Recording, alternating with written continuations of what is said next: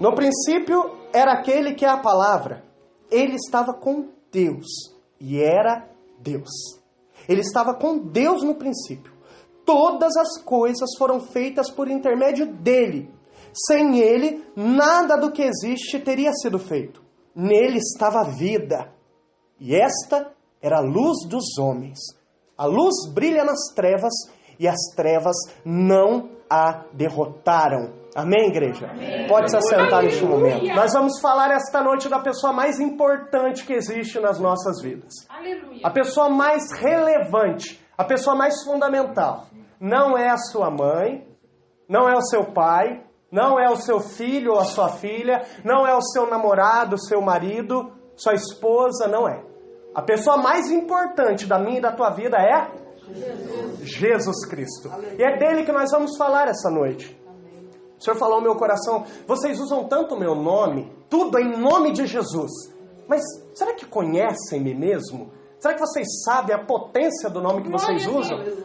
Então essa noite nós teremos a oportunidade de conhecer um pouquinho mais do nosso Jesus. Amém, igreja? Amém. Quero te convidar a fazer uma viagem comigo pelas Escrituras e entendendo melhor como foi o sacrifício do maior ato de amor que o mundo já viu. Amém. O nosso Jesus.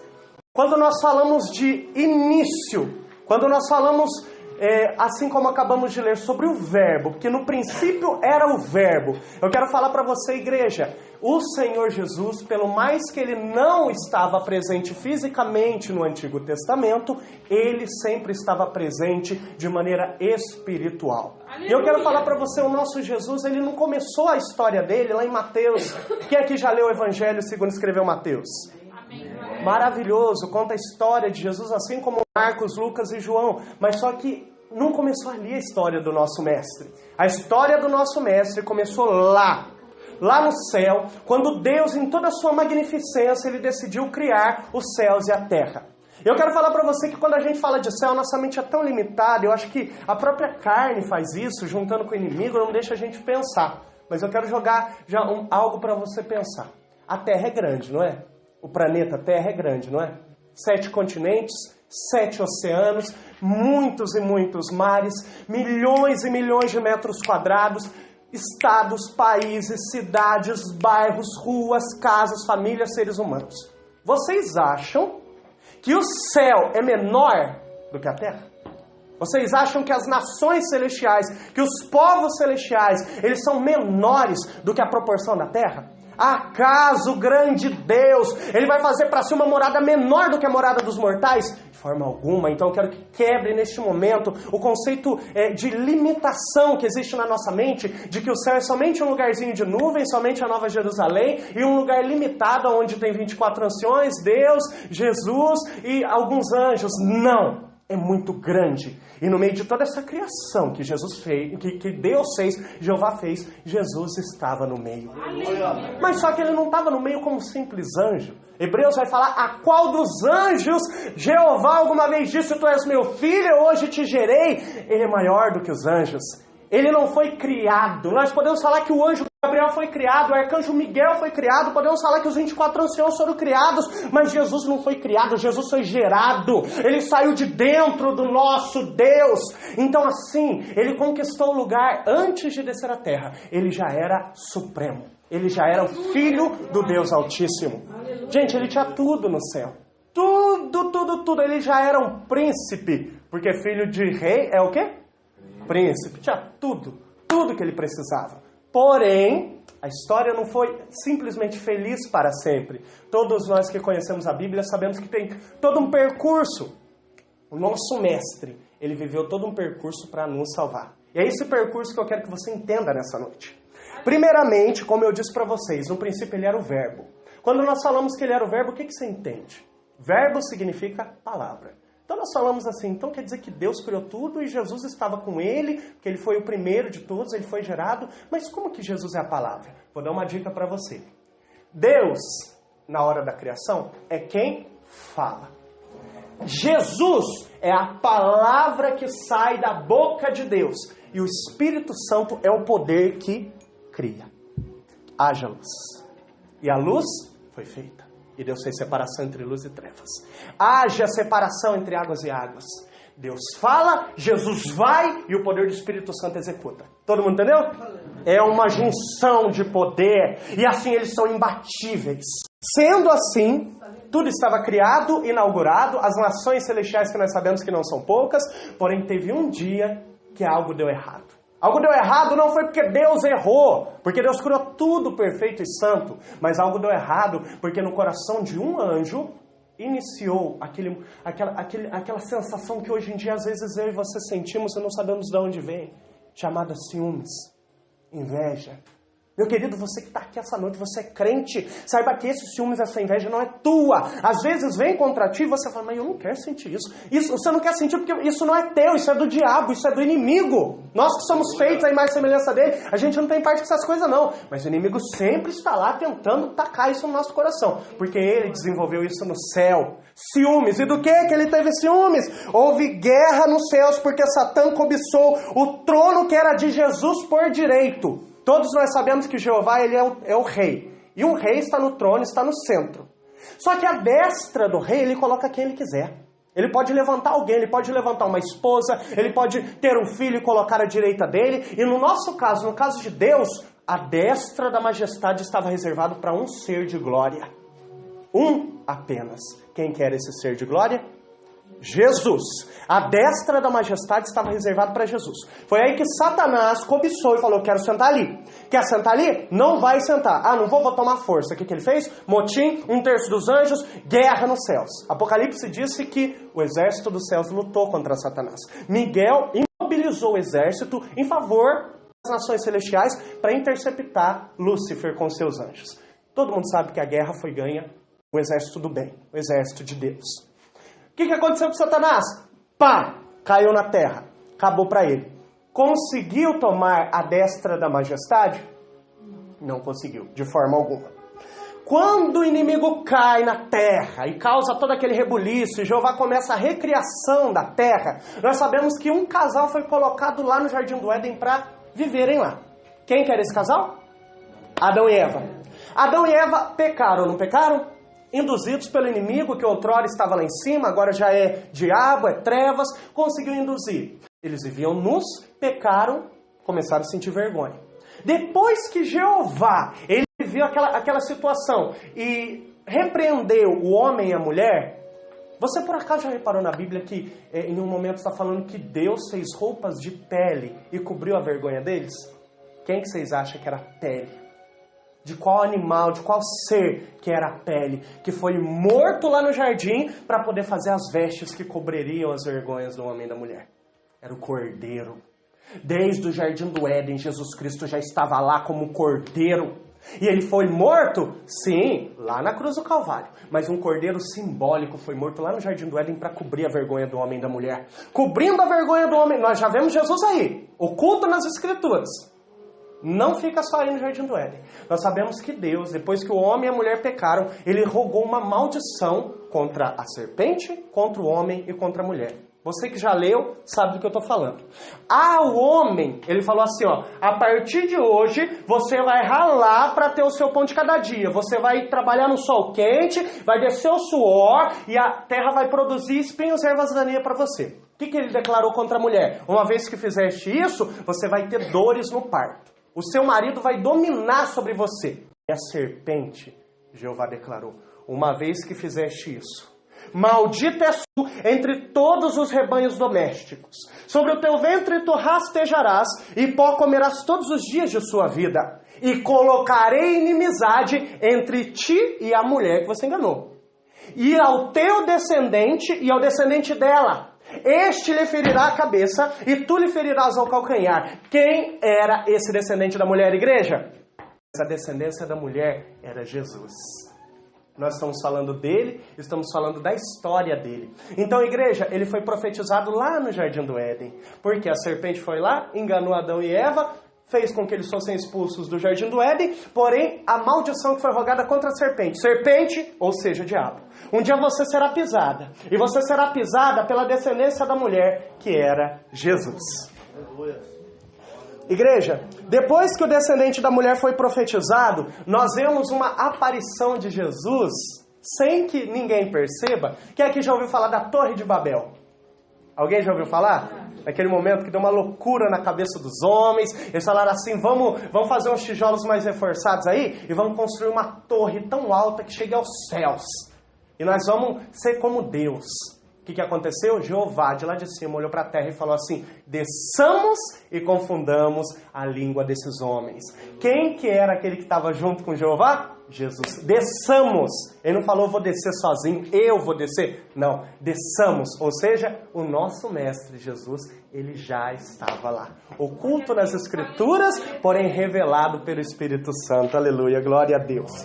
Gente, alguém aqui lembra da história de Abraão? Quando Deus falou para ele, sacrifica teu filho, o filho da promessa.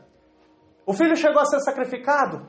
Não, porque Deus proveu um Cordeiro, era Jesus Cristo que já estava lá, no Antigo Testamento, ele já estava lá, representando o amor sincero, o amor profundo, o amor altíssimo, que ninguém imaginava que um dia iria conhecer, o amor maior do que o amor materno, que é o mais profundo amor, o de Jesus é maior, aleluia. Gente, alguém lembra lá do povo de Israel no deserto, depois que eles saíram do Egito, eles começaram a ter sede no deserto, começaram a murmurar na cabeça de Moisés, e aí Deus falou para Moisés assim, Moisés, toque na rocha, que eu vou fazer sair água. E Moisés, naquele ímpeto lá, ele pegou o cajado, bateu na rocha, fendeu a rocha, saiu tudo água. Quem era a rocha?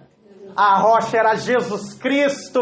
Ele já estava lá sendo o quê? A água da vida para matar a sede daquele povo. Aleluia! Eita glória! Ele esteve presente nos livros dos juízes e dos reis. Gente, a trajetória da Bíblia ela é imensa, mas Jesus ele sempre esteve lá. Juízes foram levantados para reger o povo. Depois dos juízes, reis foram levantados para reger o povo. Jesus estava lá.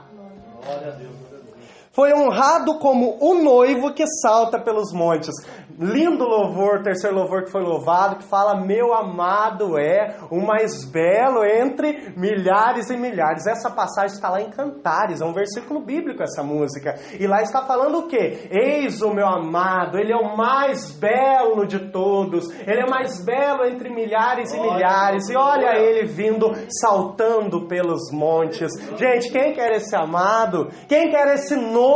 Quem quer esse prometido? Jesus Cristo já estava lá no livro de Cantares, aleluia, glória a Deus. Gente, foi profetizado por vários profetas, ele foi profetizado. Porém, um dos profetas que assim foi mais nítido, a forma que ele foi profetizado foi pelo profeta Isaías, no capítulo 9, que foi falado assim, ó, eis que o povo que vivia na sombra tenebrosa e agachado na escuridão viu uma grande luz. Terra de Zebulon e de Naphtali, não serás mais afligida por tal escuridão, porque um menino vos nasceu, um filho se vos deu.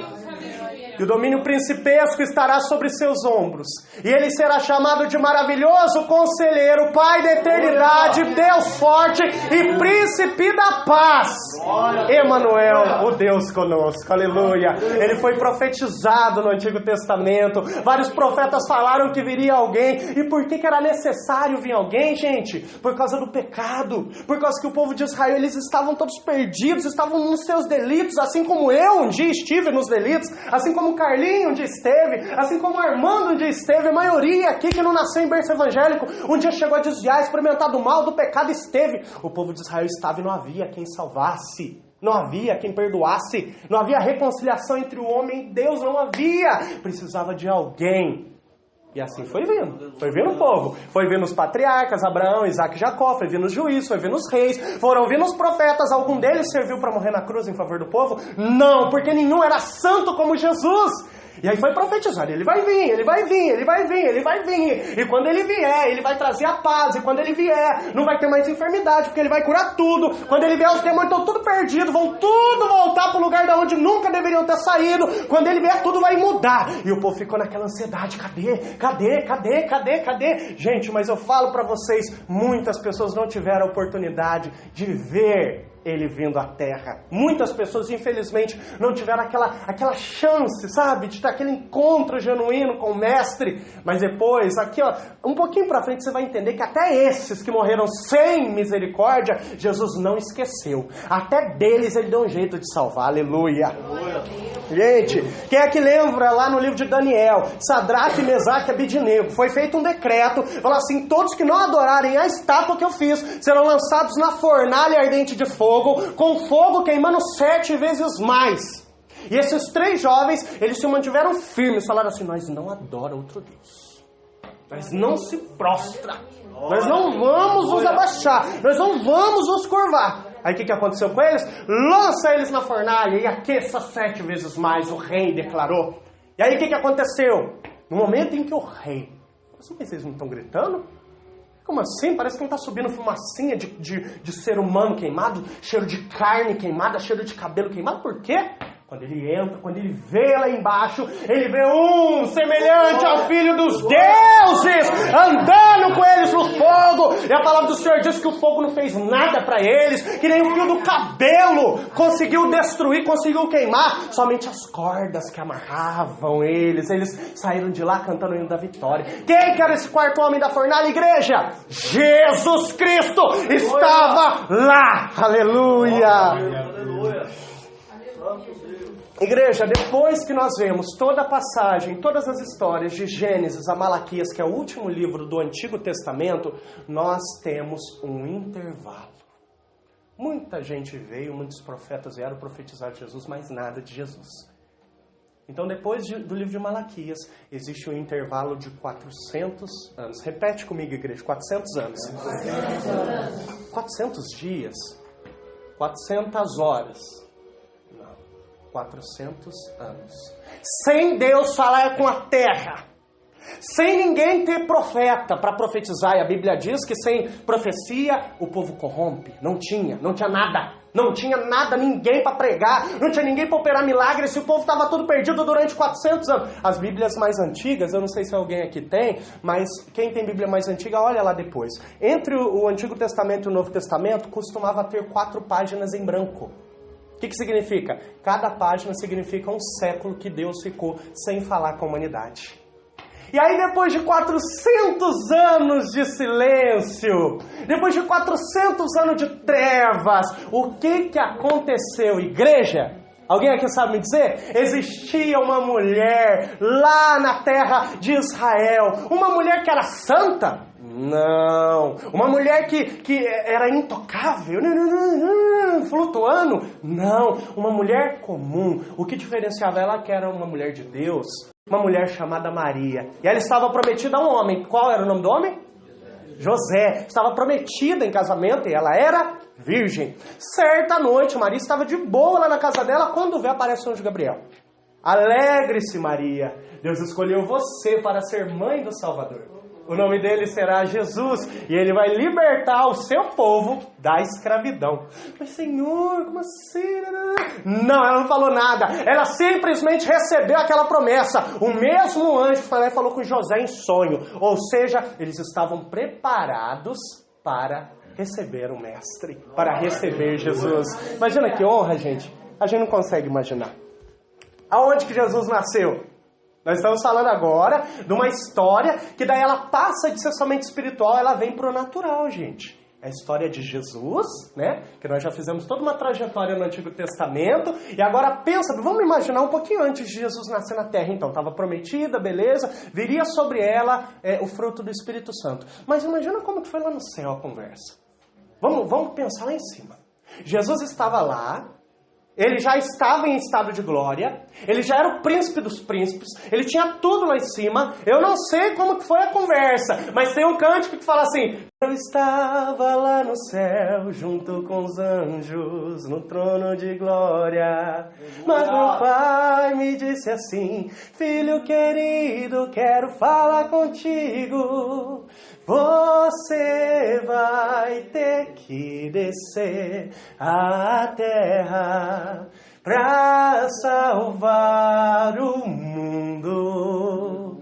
Gente, eu acredito que isso é verdade. Eu acredito que Deus teve uma conversa com Jesus. Eu acredito que Jesus aceitou de bom grado. Eu aceito que Jesus falou assim: tá bom, pai, por eles eu vou. Porque acredite você ou não, igreja, a gente não passou a surgir A partir do momento que a gente nasceu na Terra, não, viu? A gente já existia em lugares antes, lá pra cima, mas eu não quero entrar nesse assunto, porque é muito delicado, mas nós já existimos. A nossa alma é eterna. Repita, a nossa alma é? Eterna. Então Jesus já nos amava desde antes da Terra. E você acha que se Ele nos amou antes, Ele não vai nos amar depois? Ele não vai nos salvar? A gente está em delito, em carne? É lógico que Ele aceitou de bom grado. E eu não sei como que foi, mas eu sei que o Mestre desceu e foi colocado no ventre de Maria. Pensa assim, um Deus que dispôs de toda a sua glória, que não usou de usurpação ser igual a Deus, mas esvaziou-se a si mesmo. Gente, um Deus, quando a Bíblia fala que Ele é um Deus tem poder supremo.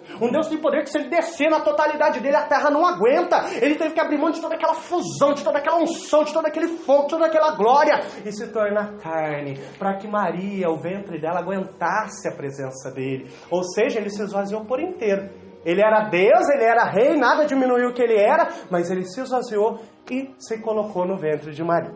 Aleluia. Gente, Ele nasceu na onde? Em Belém. Foi lá, foi numa estrebaria, o rei dos reis, o príncipe dos príncipes, acostumada a viver num palácio, acostumada a ser servido pelos anjos, acostumada a estar na presença da majestade. Então você imagina um castelo aqui embaixo, um castelo, aqueles lá da Alemanha, aquelas coisas mais lindas do mundo, que aparecem nos quadros, nas fotos da internet. Imagina. Então você imagina um castelo de Deus. Jesus morava lá. Ele abriu mão de lá para nascer na estrebaria. Por quem? Por mim e por você, Ariane. Por mim e por você, Yara. Por mim e por você, Bia. Por mim e por você, Walter. Por mim e por você, Michele. Por mim e por você, Jean. Por mim e por você, Marília. Por todos que aqui estão. E aí ele nasceu na estrebaria, lá em Belém. Cheio de animaizinhos em volta dele. E aí ele veio, a Bíblia diz em duas passagens, uma diz que era reis magos, outra que era pastores. Eu sei que veio 3 camaradas e adoraram a ele. Por quê? Porque a estrela dele brilhou no Oriente, aleluia, glória a Deus. Gente, depois que Jesus nasceu, eles tiveram que morar no Egito. Por quê? Porque houve um decreto. Herodes ficou sabendo que um rei tinha nascido. E Herodes, ele era o rei daquela província, daquela região. Ficou com medo, mas falou, como assim, rei? Então eu sou o quê? Vai vir outro rei, não. Vai matar todas as crianças, menino, sexo masculino para baixo de 2 anos de idade. Ah, vai matar? O nosso mestre que não vai matar. De jeito nenhum, não é desse jeito que ele vai morrer. Maria e José levaram Jesus para o Egito, viveram lá um tempo. Depois do Egito, o que eles fizeram? Saíram do Egito e foram para uma cidade muito conhecida por nós, chamada Nazaré. Para se cumprir a escritura que diz, e ele seria chamado Nazareno. Eita glória! Gente, uma curiosidade, Jesus teve irmãos? Quem acha que teve, levanta a mão. Quem acha que teve, levanta a mão. Ah, levanta a mão. Amém. Quem acha que não teve, levanta a mão. Ah, gente, não precisa ficar com vergonha. Gente, a palavra do Senhor fala que ele teve, sim, irmãos e irmãs. Está lá no Evangelho segundo escreveu Mateus, capítulo 13, versículos 55 e 56, e ainda fala em outras passagens ainda. E quem eram esses irmãos? Tiago, José, Simão, Judas e as suas irmãs. A Bíblia não fala quantidade, mas segundo alguns pesquisadores, foram 2 irmãs. Então, vamos falar aí que Jesus tinha 6 irmãos. Ó, todo respeito pela pessoa de Maria, porque ela foi a mãe do Salvador. Mas Maria ficou virgem depois de ter Jesus? De forma alguma. Se a Bíblia fala que teve irmãos, se a Bíblia fala que teve 4 meninos e mais umas meninas, quer dizer que ela não continuava Maria. Desta forma, eu creio que Deus ele fez questão de deixar escrito para que assim, outras religiões não falassem assim, Maria é santa. Maria deve ser adorada. A gente tem que se prostrar diante de Maria, porque ela é intermediária. Não. Prostrar é só Jesus. Adorarás o Senhor teu Deus e somente a Ele prestarás culto. Então nós sabemos agora que Jesus teve irmãos e irmãs. Teve uma infância normal, porém uma infância judaica. Gente, aprendi recentemente de que os meninos, eu já sabia que os meninos hebreus, os meninos israelitas, desde pequenininho eles já estudavam a Bíblia, né? Nas escolas hoje em dia a gente ensina matemática, português, geografia, ciências, história, educação física, educação religiosa, tudo isso. Mas lá em Israel o povo não aprende nada disso. O povo aprende o quê? Bíblia, Torá, desde pequeno. Jesus já aprendeu toda aquela escritura, já meditou na palavra. E vocês sabiam que Jesus, a infância dele inteira, foi citada apenas uma vez na palavra? Alguém lembra aqui com quantos anos Jesus foi citado na palavra? Eita glória! Jesus foi citado na palavra quando ele tinha 12 anos de idade. Só que ele foi citado não como assim, uma criança comum, que estava brincando, que estava se divertindo, que estava dando trabalho para os pais. Não, de forma diferente Jesus foi citado. A palavra do Senhor fala que certa vez, Maria e José e mais uma comitiva saíram da região onde eles estavam para adorar a Deus no templo. E aí, beleza, foram adorar a Deus. Depois, na hora de voltar, no meio daquela comitiva, daquele monte de animais lá levando roupa, levando tudo, as cargas deles. Mas cadê Jesus? Cadê Jesus? Se deram conta, Jesus não estava lá.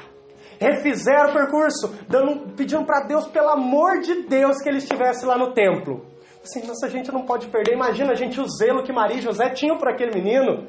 Imagina o zelo, ele não era qualquer criança, ele era o filho de Deus. Assim, nossa, e agora?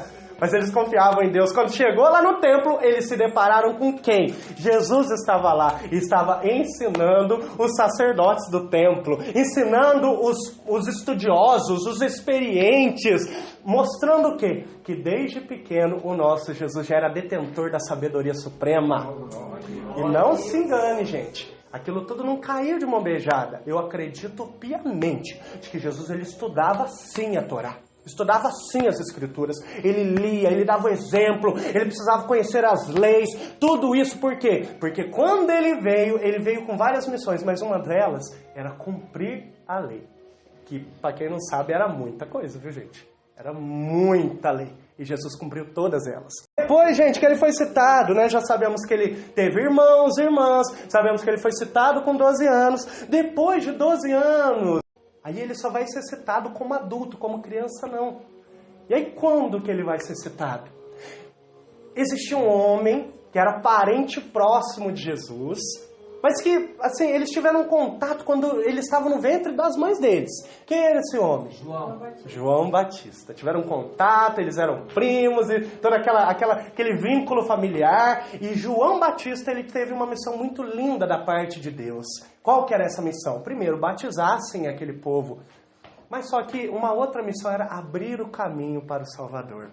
Tem um louvor que fala assim: voz o que clama em meio ao deserto, prepara o caminho do meu Salvador. Grita nas praças, nas ruas, nos campos, prepara o caminho do meu Salvador. João Batista ele veio, mas ele não veio para ter glória para ele. Tanto é que ele vivia no deserto. Ele comia gafanhoto, mel silvestre. Você vê a roupa dele, pele de camelo. Gente, ele era um homem assim totalmente despido de si mesmo, esvaziado de si mesmo. E ele veio falar assim, ó: arrependam-se, pois é chegado o reino de Deus. E o que mais ele dizia? Eu vos batizo com água, mas vem um após mim, que vos batizará com Espírito Santo e com fogo, o qual eu não sou digno nele, ó, de desatar as sandálias dele. E ele preparou o caminho para o mestre. E quando o mestre completou 30 anos, ele saiu da onde ele estava, foi até João Batista no Rio Jordão. E é lá que ele foi batizado. Glória.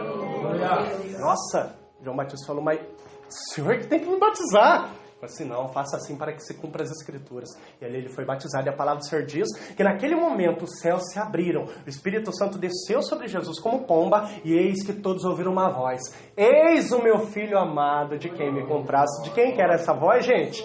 Era a voz da majestade, era a voz do rei, era a voz de Deus. E outra coisa, nós falamos que Jesus ele deixou os céus para nos encontrar, ele nasceu na terra, mas em momento nenhum ele perdeu a conexão dele com o Pai. Era conversando com ele dia e noite, era orando, era falando com Deus, era ouvindo Deus, era sentindo Deus. Então eu falo para você, meu querido, ele estava muito bem acompanhado aqui na terra, aleluia.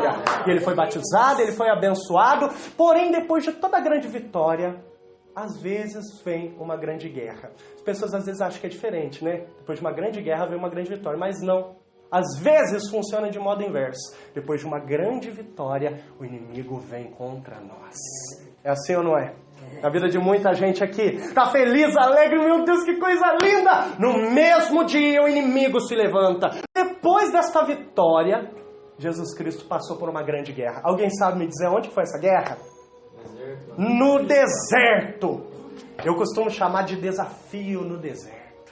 Lá em Mateus capítulo 4, eis que Jesus, depois que ele foi batizado, ele foi para o deserto. Foi lá ficar sozinho, foi lá ficar somente na presença de Deus, jejuando 40 dias e 40 noites. E a Bíblia fala que depois de 40 dias e 40 noites ele teve fome. E no momento que ele estava debilitado, enfraquecido, carnalmente falando, o diabo se aproximou.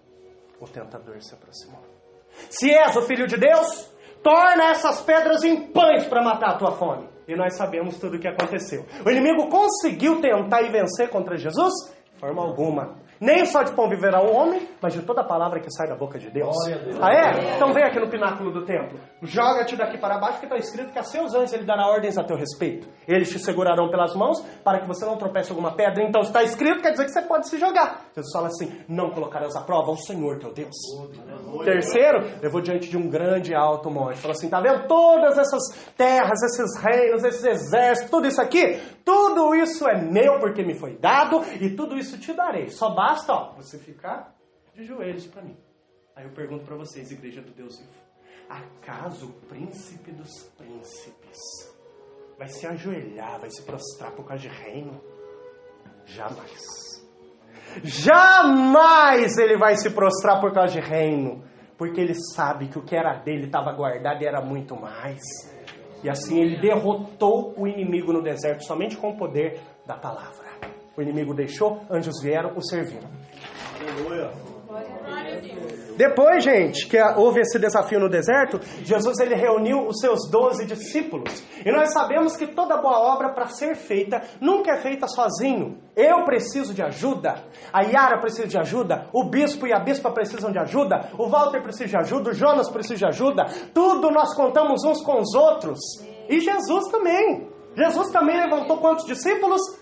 12 homens escolhidos. Eram os mais inteligentes? Eram os mais ricos? Eram os mais influentes? Eram os mais respeitados? Não, pelo contrário, pescador, cobrador de impostos, um que era traidor, o outro que era sanguinário, os outros lá que nem sabia ler e escrever. Gente, ele escolheu os menores. Aleluia. Talvez ele está escolhendo menores aqui hoje. Xaramanaia, Candaramanaia, Caia. Eita glória, ele foi nos menores, ele foi nos pescadores, ele foi nos simples, nos sem estudo. Chamou, levantou. Gente, 8h45, eu convido a igreja a se colocar de pé neste momento em nome de Jesus. Eu só quero finalizar. Vou ter que pular um monte de coisa aqui, né? Nós sabemos que ele reuniu 12 discípulos. Nós sabemos que ele não somente reuniu, ele não ficou com aquele poder todo para ele. O que ele fez? Toma poder para você também, Ariane. Toma poder para você. Toma poder para você, Yara. Toma poder para você, irmão. E o que vocês vão fazer? Ide por todo mundo, pregar o evangelho, para que toda criatura se converta. Quem crer e for batizado será salvo, quem não crer será condenado. E esses sinais vos acompanharão. Em meu nome expulsarão demônios, falarão novas línguas, pegarão em serpentes, curarão enfermos, e se beberem algum veneno mortal, não lhes farás dano algum. Ele deu poder aos discípulos, ele deu unção aos discípulos. Os discípulos saíram por toda a região de Israel, curando, operando milagre, libertando, expulsando demônios. E aí no final, quando Jesus tinha 33 anos, que ele estava pronto, o cordeiro já estava pronto para ser imolado, ele teve a última ceia. Na última ceia ele falou assim, eu vou para o Pai, mas vos deixarei um Consolador, e vocês farão essa ceia em memória de mim, sempre que beberem e comerem em memória de mim. É por isso, igreja, presta atenção, por isso que hoje em dia nós ceiamos uma vez por mês, para declarar que aquele mesmo Jesus que operou todos esses milagres, que viveu tudo isso por mim e por você, que ele vive, ele reina e ele voltará. Foi aprisionado no Getsemane, foi levado para o julgamento, foi condenado, foi açoitado, passou pela via dolorosa, sendo destruído, tendo a sua carne flagelada, foi crucificado no Gólgota, lugar da caveira, morreu. No momento que ele morreu, as rochas se fenderam. No momento que tudo isso aconteceu, o véu do santuário que nos separava de Deus, ele rasgou-se de alto a baixo, e nós pudemos ter a oportunidade de ter contato de novo com Deus. Não fica por aí. Depois que ele morreu, quantos dias que ele ficou no coração da terra? 3 dias, morreu na sexta-feira. Até domingo ele ficou no coração da terra. Só que enquanto ele estava morto, ele não estava morto. Ele estava muito bem vivo. E sabe na onde que ele foi? Ele desceu à mansão dos mortos. Ele desceu até o abismo. Ele tomou a chave da mão do diabo. E lembra aquele povo que eu falei para vocês, que não tinha tido a oportunidade de conversão? Aquele povo que morreu lá no meio dos 400 anos de silêncio. Aquele povo que morreu sem um Salvador. Jesus Cristo não se esqueceu deles e pregou aos espíritos cativos em prisão e levou o cativo ao cativeiro. E teve muita gente que estava lá, almas condenadas, que aceitaram e foram junto com ele para o céu. Aleluia! No momento que ele ressuscitou, apareceu a Maria Madalena e a outra Maria. E eis que a pedra do sepulcro foi rolada. E todo mundo sabe que depois ele se apresentou aos discípulos. 40 dias e 40 noites ele andou na terra, continuou a pregar. No fim dos 40 dias e 40 noites ele ascendeu aos céus lá na região da Galileia. No momento que ele sobe aos céus, eis que a Bíblia fala lá no livro de Salmos: levantai-vos, ó portas, as vossas cabeças. Levantai-vos, ó portais eternos. Para quê, gente? Para que o Rei da Glória entre. E aí alguém perguntou: quem é esse Rei da Glória? E alguém respondeu: o Senhor dos Exércitos, Jesus. Ele é o Rei da Glória. Então o que aconteceu com ele quando chegou lá no céu? Os portões eternos se abriram. E a palavra do Senhor diz: e ele foi aplaudido pelos anjos. E diz mais: para ele entrar, eu imagino aqui, eu conjecturo, para ele entrar, passar naquela avenida celestial, sendo aplaudido por aqueles milhões e milhões e milhões de súditos, como vencedor. É o vencedor, está de volta. O príncipe dos príncipes está de volta. E aí o que acontece? A Bíblia fala que ele não passa sozinho, ele passa despojando os governos, as autoridades, e exibe eles como vencidos. Olha que é o diabo que te afligia está vencido. Olha que a morte que te afligia está vencida. Olha que os demônios que te afligiam estão todos vencidos. E assim ele vai, ele passa, ele é aplaudido. E ainda tem mais para finalizar, a igreja. Quando ele chega diante do trono da majestade, acredito eu, naquela sala do trono maravilhosa, imensa, não é o anjo que fala com ele, não é o arcanjo que fala com ele. Sabe quem que fala com ele? A própria majestade. E fala assim, ó: assenta-te à minha direita, até que eu coloque todos os inimigos como estrado dos seus pés. Deste modo, ele recebeu um nome que está acima de todo nome. Para quê? Para que ao nome de Jesus todo joelho se dobre, toda a boca confesse que Jesus Cristo é o Senhor. Igreja, espero que você tenha entendido. Esse mestre fez tudo isso, toda essa trajetória de lá até aqui, e vai voltar para nos buscar. Por quê? Por amor. Repitam: por amor. Fala de novo: por amor. Eu falo para você, o que você está passando hoje que é difícil demais para esse Deus que te ama? Fala para mim que milagre que é difícil demais, que é grande demais, que é muito complicado para esse Deus nenhum. Igreja, eu agradeço a oportunidade em nome de Jesus Cristo. Quero agora passar para o Bispo Pereira fazer de acordo com o que Deus colocar no coração dele, em nome de Jesus. Deus abençoe, gente.